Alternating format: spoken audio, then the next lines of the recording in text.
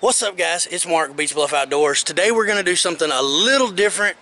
I'm kind of straying from my usual, only because I want to show off a local business. It's a guy that I think the world of, a guy that I've done business with for years. He's one of the best custom deer processors in West Tennessee, maybe in the whole state. I don't know. But I love this guy. He runs three-way deer processing. You can see a sign up here. And right now he's doing some really awesome stuff. He's doing farm to table because of the COVID and the meat prices and everything. He's doing custom steers or custom cows, processing whatever. He's got a really neat thing going, but we're going to go here and talk to him, see what he's got going on, and kind of talk about his process, introduce you to David, and you know, we'll see what's up with three-way deer processing. Stay tuned.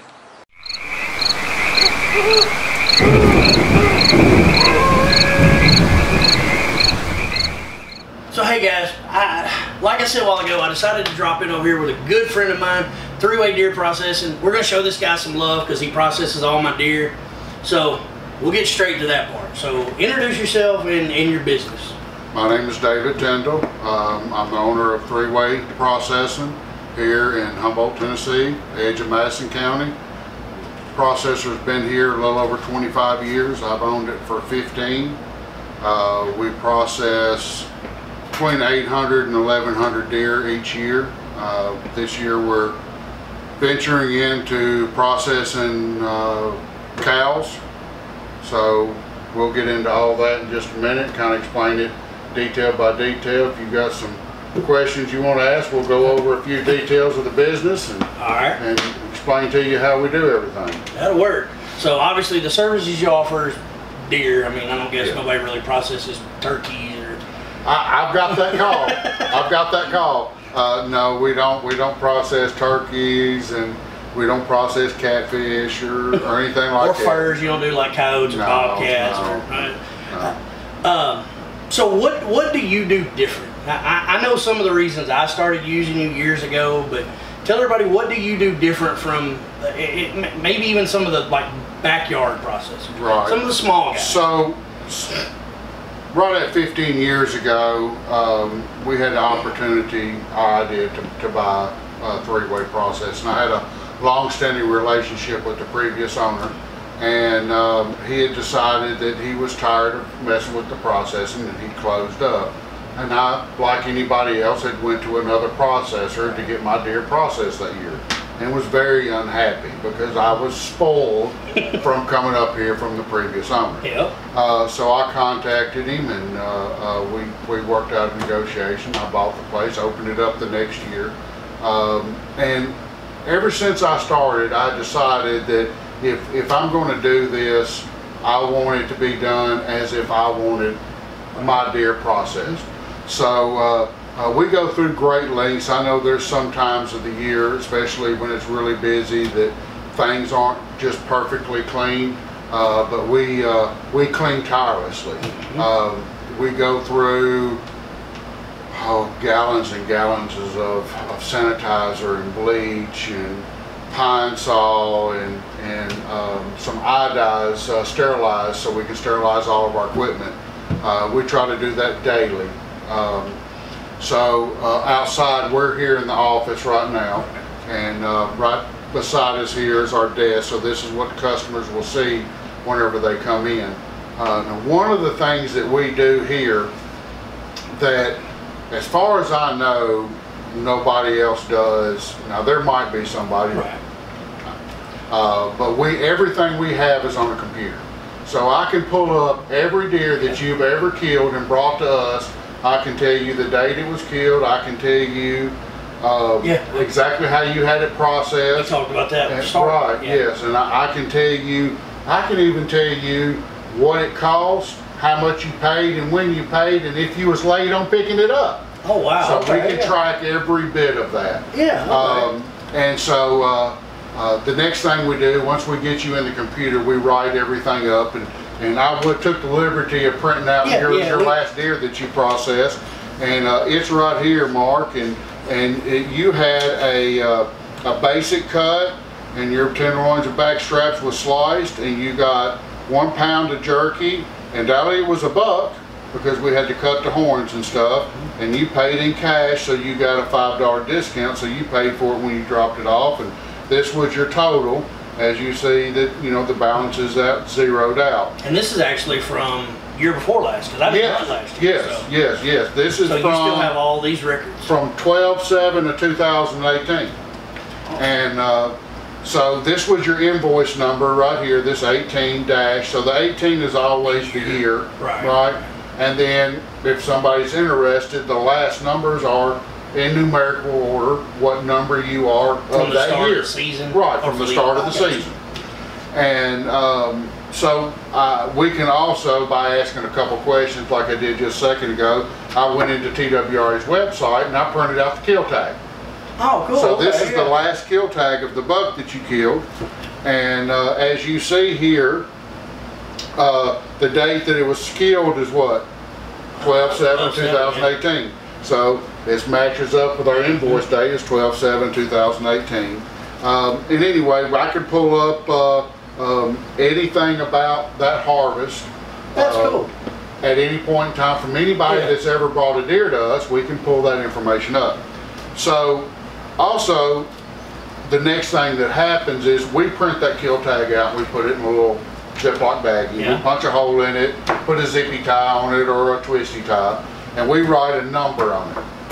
So when you drop off that deer, you first come into our office and we talk about how you want your deer processed. Once we get done with all that, we take care of the business end of it, and I'll hand you this kill tag. So this kill tag stays with your deer from the time you drop it off at our dock until the time that you pick it up after it's processed and frozen. That was going to be one of my questions is how do I know, if I bring you a deer, how do I know I'm getting my deer back? Or how do I know I'm not getting somebody else's deer? Right, so we tag them. So every deer comes with this tag. And we don't allow a deer in our cooler for several reasons. Number one, for legal reasons, for making sure that you get your deer back. And TWRA makes you keep up. Well, TWRA, that's if you have 10 deer in your facility, you better have 10 tags. That's right. That's right. So if TWRA comes in, let's just say they said, well, you know, we're looking for Mark Stanfield. We don't know if he shot a deer at night. We want to. Did you get his deer? Well, I can, know what, I can put you up in the system. And I can say, well, Mark Stanfield, last deer he killed was 12/7/2018. And I guess we do have the deer in you know, if it was then. And I can carry them in there and carry them directly to the deer.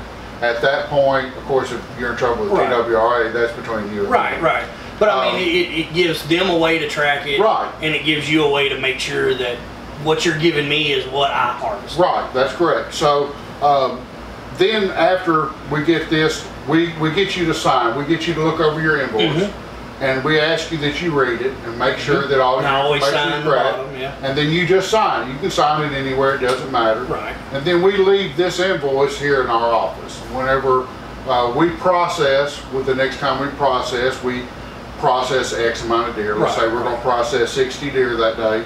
We pull out 60 invoices, we put it on the clipboard, we roll them out, and hanging on them is this tag. So whenever your deer makes it to our saw or to our cutting room, we'll take this tag off the deer and we match that number up, this number to this number, make sure it matches, and then we call out the cut. Kind of like a professional kitchen. If you ever watched Hell's Kitchen or any of them, you know, they're all always hollering out orders and talking. We do the same thing in the cutting room. You know, we'll call out your order. That way everybody knows in the cutting room what deer is coming. All right. Once it leaves the first of our saw and we put it in a bucket. Okay. And then in that bucket we lay this tag on top of the meat, and then we lay your invoice on top of that, and it goes to the first person in line. And then that's our bone table, our bone and separation table. So if you got a basic cut, of course now with CWD, this one, whenever you got this deer, your steaks and roasts and stuff had bones in it. Now with CWD, they're all boneless. So the first person in line would be getting this, and then they would be separating your steaks, your roast, your back straps, Yeah. your tenderloin and stuff, deboning everything out, packaging it, and then we have white meat trays, and then we stack it on the white meat tray, and it travels throughout our cutting room, one deer at a time, until it makes it to our vacuum sealer. And So they're then never mixed. Never mixed, ever mixed. So the when you grind start is on not my mixed. deer, It's your deer. it's my deer to the end. Even the grind, we do not do big bulk batches of Gotcha. grind at all whatsoever. Your deer is ground with your deer, and Gotcha. well, beef fat or pork Right, fat. right. If you're getting our breakfast sausage or our chorizo, we grind your deer with your ingredients, one deer at a time. We do not mix.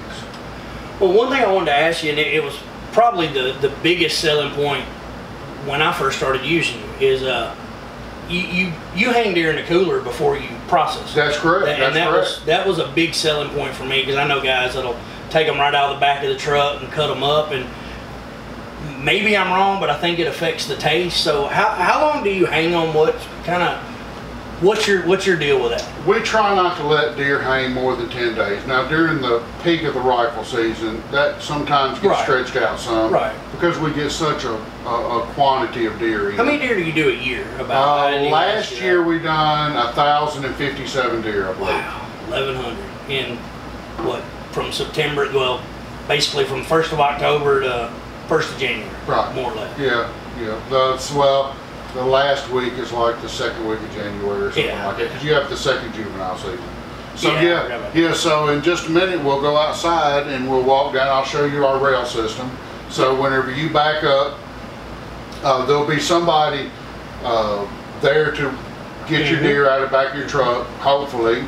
I've never had to unload my own. So. But that's the way it's supposed to be. Right. Sometimes, I've also been over here where I was like 3rd or 4th in line. Right. So when you back up, then you'll hand the skinner, one of our guys out there, you'll hand them this tag. Some paperwork we did in the office while. Right. And so the paperwork is yours. You take it home, and you hand the skinner one of these tags. They skin your deer right there. They do it right there. We don't hang in the cooler. There is no hair whatsoever in our cooler. So we'll skin it right as it comes in the door. Then we'll wash it and we'll let it drip dry on our grate. Now if it's really warm outside, we don't let it hang out there very long, but if it's cool enough outside, we'll let some of the bulk of the blood and the water drip off of it, and then we roll it in our cooler. Our cooler stays 34, 35 degrees all the time. So we're not freezing it. No, we're just cooling the meat. All we're doing is cooling it, storing it. It's slowing the decomposition down. It's the same thing as you putting the meat in the refrigerator. You can put some hamburger meat in the refrigerator. You just can't keep it in there for 2 or 3 weeks. Right. So we roll it into the cooler. That tag is on that deer, and it stays on the deer all the way through. It never leaves it until we take it off to process it. One of the other big reasons I started using, I remember when you switched to it, is I've always liked the way you package it. Man, I think when I started years ago, we were still doing the butcher paper rolls. That's right. And then you went to trays. That's when correct. Nobody else was doing trays. And then you were one of the first around, as far as I know, started vacuum sealing. Yes, sir. And that's what you do today, right? Yes, You still vacuum seal. Yes, sir. So everything we do out of here is vacuum sealed. Even your hamburger meat. So even the deer grind. Or see, I've had guys tell me you can't vacuum seal hamburger meat. Oh, yes, you can. I know, because I've got some from you. You just have to know how to do it. So why do you do that? What did that give you a business advantage, or was it better for the consumer? Or I'm just like you. So I kill 2 or 3 deer a year myself, and I put it in the freezer. I enjoy deer all year long. By the time September gets here, I go to get a pack of the grind that's wrapped in regular cellophane. Freezer burned. And it would be freezer burned or ice crystals. And I was tired of throwing my own deer meat away. Right. And so we started exploring a way to invest, to not only save us money, but also our customers, because our customers are spending their hard money with us, and we want them to get the full service out of their money that they spend. So basically, we can preserve this deer all year. Well, Actually, I dug a pack of ground beef out that was 3 years old, or a pack of deer meat that was 3 years old, and me and my wife made chili or tacos or something with it about a month ago. I remember back in the day we had an upright freezer, and man, we had them little white logs stacked in there, just rows of them on a freezer shelf. But another big thing, I participated a couple times, and I know there's a few around that do it, but Hunters for the Hungry, and they may have actually changed the name. Well, no, I know there's another Hunters for the Harvest. Hunters Sharing the Harvest, that's right. So Hunters for Hungry is the state organization. So that is a state program. Yes. So anybody that's watching this from somewhere else might not have this program. That's correct. Every state has its own program. Okay. Okay. So Tennessee Hunters for Hungry, it's out of Nashville. Mr. Matt Simcox, he runs it. And I stay in contact with him a lot. And every county raises money to be able to help pay for the processing. So we process them for Hunters for Hungry at a very, very discounted rate. Right. So the processors that involved in the program, we're basically doing it at cost. Right.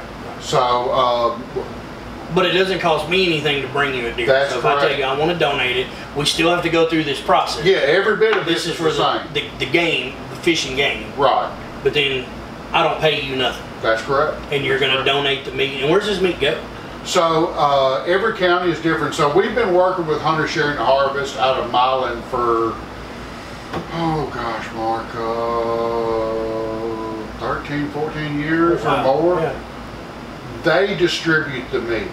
Okay. Gotcha. So we process it, we vacuum seal it, we box it, we weigh the boxes for them so they know what their weight is.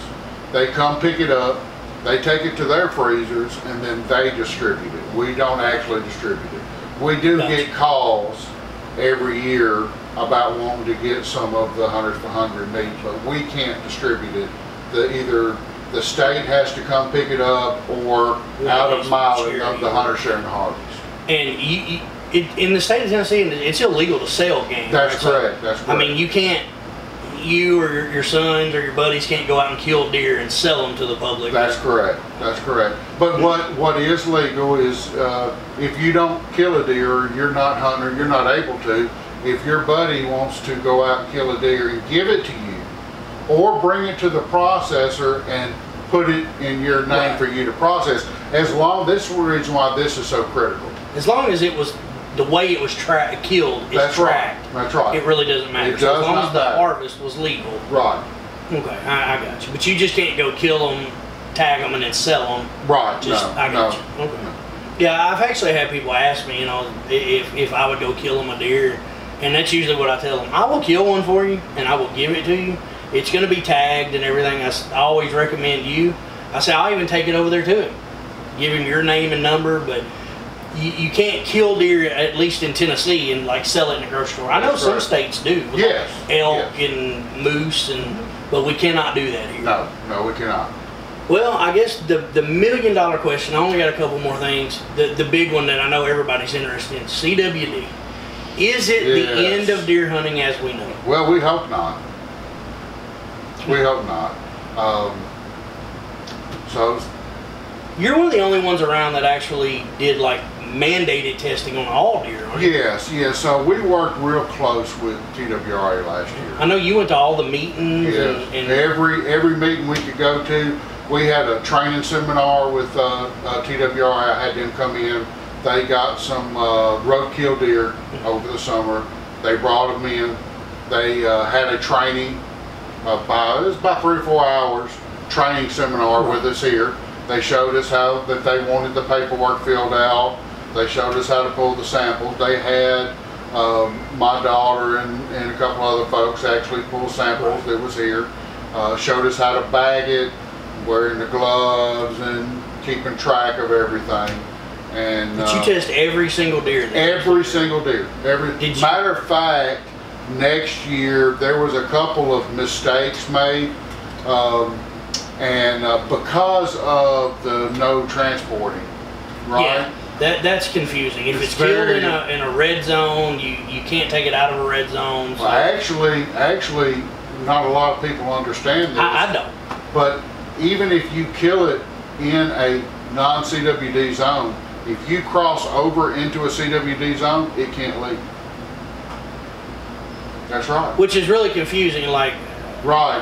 So if I hunt in, well, I live in Crockett, actually. You know, my farm's in Madison County, right. so it's never been an issue. Right. We're still in Madison, but if I kill a deer in Crockett, can I bring it over here to you? Yes. Or, you know, it's just all weird. of that, it's perfectly legal. So this is where the problem came in last year. We were having people that, you know, we get customers from Weakley County, right. And you know, Dyer County, all of those places, not the CWD zone. Well, they was bringing their deer here. We was caping it out for them, packaging it up. They would end up donating the deer.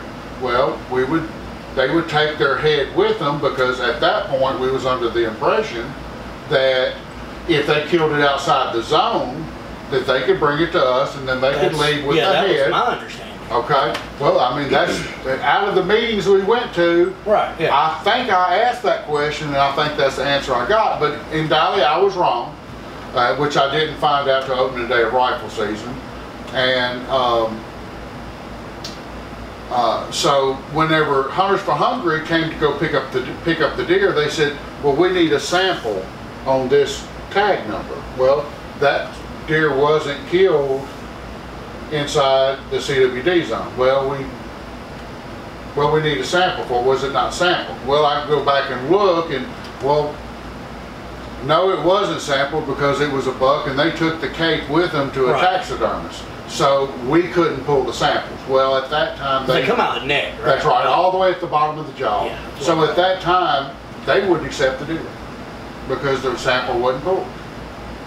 So we had to change policies in the middle of the year. We do use Darren Emerson here, mm-hmm. and Mr. Emerson, he'll come in, and if you want to take it outside the county, we're not going to take those glands out because I don't want to mess your cape up. Okay, that is can strictly. Darren do it? Yeah. Yes, Darren can come up here, and he can actually skin it all the way out to where you can take it anywhere you want to. It'll be perfectly legal. He does charge for that, but we're not going to do it because I don't want to be responsible for messing up your cape.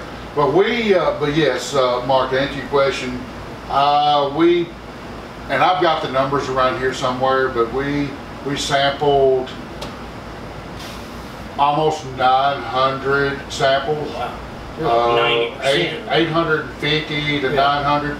TWRA was here for 2 weekends, and that's where our differences are from our tag number to what we actually. Because they took their own. Right. Yeah. So they was here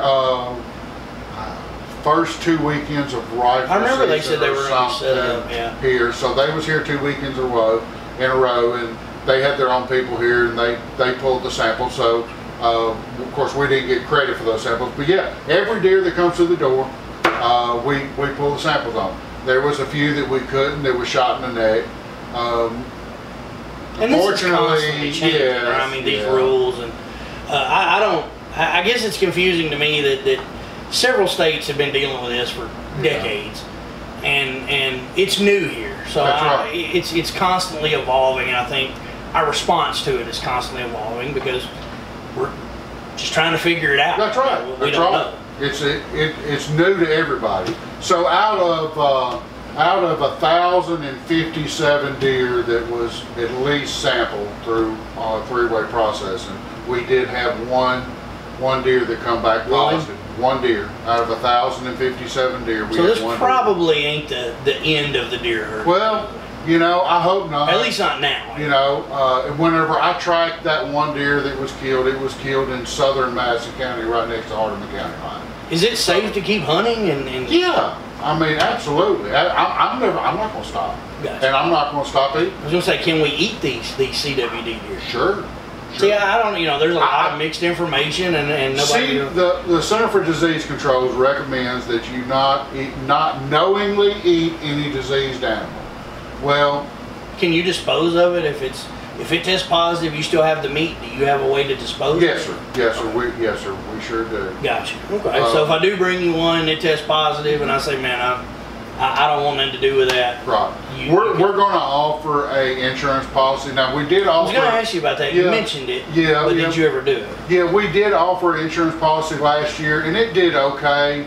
But there... Really and truly, there was so much confusion going on.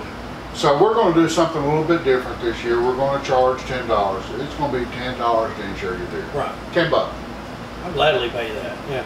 If your deer's $200, if you get everything on our board and it costs $200 for $10, if it comes back positive, you bring that meat back to us, and I'll either give you credit or give you your money back.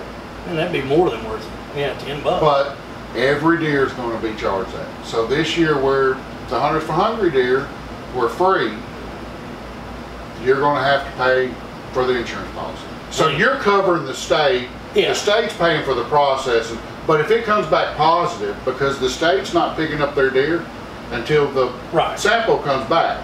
So if it comes back positive, I'm just taking that deer and disposing of it and killing the invoice, and the state never sees it. Right. Well, I guess two more things I wanted to ask you about. One of them is again, TWRA. I love TWRA. I respect what they do, but I think sometimes they tend to put the cart before the horse, and they have good intentions. I don't mean that in any way disrespectful. I love what our fishing game does here in Tennessee, but what are these new rules? Because I know it all came about because of CWD. This tag before you drag. We've never done that before. When I would kill a deer, I started using the mobile app when it come out, and I could check it in, throw it in my truck, and bring it over here. I remember the days when we still had paper licenses. You had to. And that's what they're going back to. But they're saying now to do it before you ever move the deer. Like, I'd go get him and drag him out of the field. That was actually the law back then. See, I didn't know. That's why I wanted to ask you about that. That was actually the law back then. You're supposed to tag it before you move. Tag it before you drag it. So when I drag it 2 miles back in a holler somewhere, put the tag on it. That's what TWRA. And the reason why is TWRA is wanting to track. So they feel like there was a lot of misinformation. Right. Because when you check in a deer this past year, you had to pinpoint on a map. If you killed it inside the CWD zone, a Google map would pop up. I didn't know that. Yeah, so you would pinpoint about where you harvested that deer. Okay? And there was a lot of fudging going on. And I think TWRA tracked it down, and I think that they figured out. Now, this is just my opinion. None of this has been verified by TWRA. But this is their answer to make sure that the deer is actually checked in. Okay, so and that's a good thing. I mean, so when you get your license, you get so many tags. Well, you have to check deer in to get new tags. Right. That's the way it was back then. Right. You got the one that came with your license. Then when I gave it to you, you would fill out a form, and the ones we got were paper, and then the ones we got back were cardboard. Right. Almost. That's right. You just throw it in your wallet. And as far as what they're going to be, I don't know. When I bought my sportsman license, it was just at the bottom when you give it a print option. It's just 4 little strips, and I guess you're supposed to carry some scissors and some glitter glue and hole punches and probably some that's what we used to carry, bread ties. You'd save them up, stick a couple in your wallet with it. Stick it in his ear. Or But so I mean, nothing has really changed. No, so everybody's really making a whole lot of something out of nothing. Tennessee done the tag before you drag for many years. Gotcha. And that's really what a lot of the stigma was back years ago. Whenever you were riding around with the deer in the back of your truck and with the tailgate down, well, game warden see you, they pull you over and make sure you got tagged. Yep. So that's pretty much what this is. You know, they're wanting to make sure that the deer are getting recorded correctly, they're getting tested correctly. And with the electronic stuff, it's harder on them. That's right. That's right. So I mean, the game wardens are still trying to do their job. Right. Well, the very last thing I had is probably one thing I'm proud to call you a friend and see you doing it. We know CWD didn't end the world, but apparently this COVID-19 is going to end the world. Because as of last week, ground beef was like $8 a pound. Yes. So yes. you kind of took it upon yourself on a whim, I think, in the beginning. Yeah. And trying to do something for the community. Right. So what did you do? 'Cause I love this idea. So we started. I'm a Christian, and I say my nightly prayers every single night. And the Lord laid it on my heart that He wanted me to try to help some people out. Well, I own a processor. We normally close down for 8 months out of the year, and then we're open for the other 4. And I thought, well, you know, I said, people are being short at the store, you know, I can see if I can help them out. And I had several customers from up here that were wanting, I mean, meat was getting short, they had some beef, they was like, will you process our beef? I'm like, okay, yeah, that's fine. Well, then I started buying a few beef from a farmer out in O'Bine, and I decided that every so many beef that I would just give some away. Yeah, I remember we started. So the first round I gave 100 pounds of ground beef away. And so I made a post and I asked that if you were an elderly or if your immune system was suppressed, or you was a law enforcement, a first responder straight across the board, or in the hospital system. People were working so many hours, and if you're exposed at that particular time, everybody was really worried about going out in public and spreading it. So they may not have been able to go to the grocery store. So I thought, okay, you know. So first time we gave 100 pounds of ground beef away, straight across the board. We've done a few more cows, and then all of a sudden people started sharing this. Well, yeah, word spreads when you're good. Word spreads. So people started sharing it. So we gave some more ground beef away. And then at this same time, I'm buying a half a beef at a time. So three-way would actually buy this beef, and we would process it all in ground beef, kind of like the Hunters for 100 program, and give it away. So I was giving it away to my home church, which is Holly Grove Baptist Church, there in Bells, and Mr. Donald Lance, which is a good customer of ours up here. He's the pastor of Lighthouse here in Jackson, Tennessee. So I contacted Mr. Donald and I asked him, I said, Mr. Donald, would you like to get some ground beef? And so he came in and we gave him 50 pounds of ground beef for him to distribute out to some people in his congregation. And you know, I've given away some more ground beef, you know, and it just went crazy. Well, yeah, I think you also got in on the edge or the beginning of this resurgence of the farm to table movement. Right.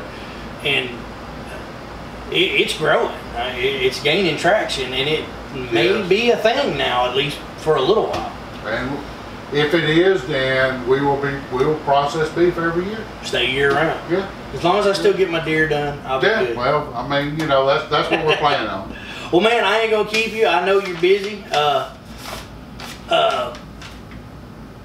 I think we're going to take Mr. Blake back here, and you said you'd show him around a little bit, and other than that, we'll let you get back to work. But man, I really appreciate you talking to me. Yeah, absolutely. Three-way deer processors in Three-Way, Tennessee, which is between Jackson and Humboldt. Basically, if you're anywhere in West Tennessee, Google it. If you're not using this guy, you're doing it wrong, man. I mean, you just are. It just is what it is. But Mr. David, I appreciate you talking to us, man. Yes, sir. I guess we'll let you get back to work. All right. Thank you, sir. Yes, sir.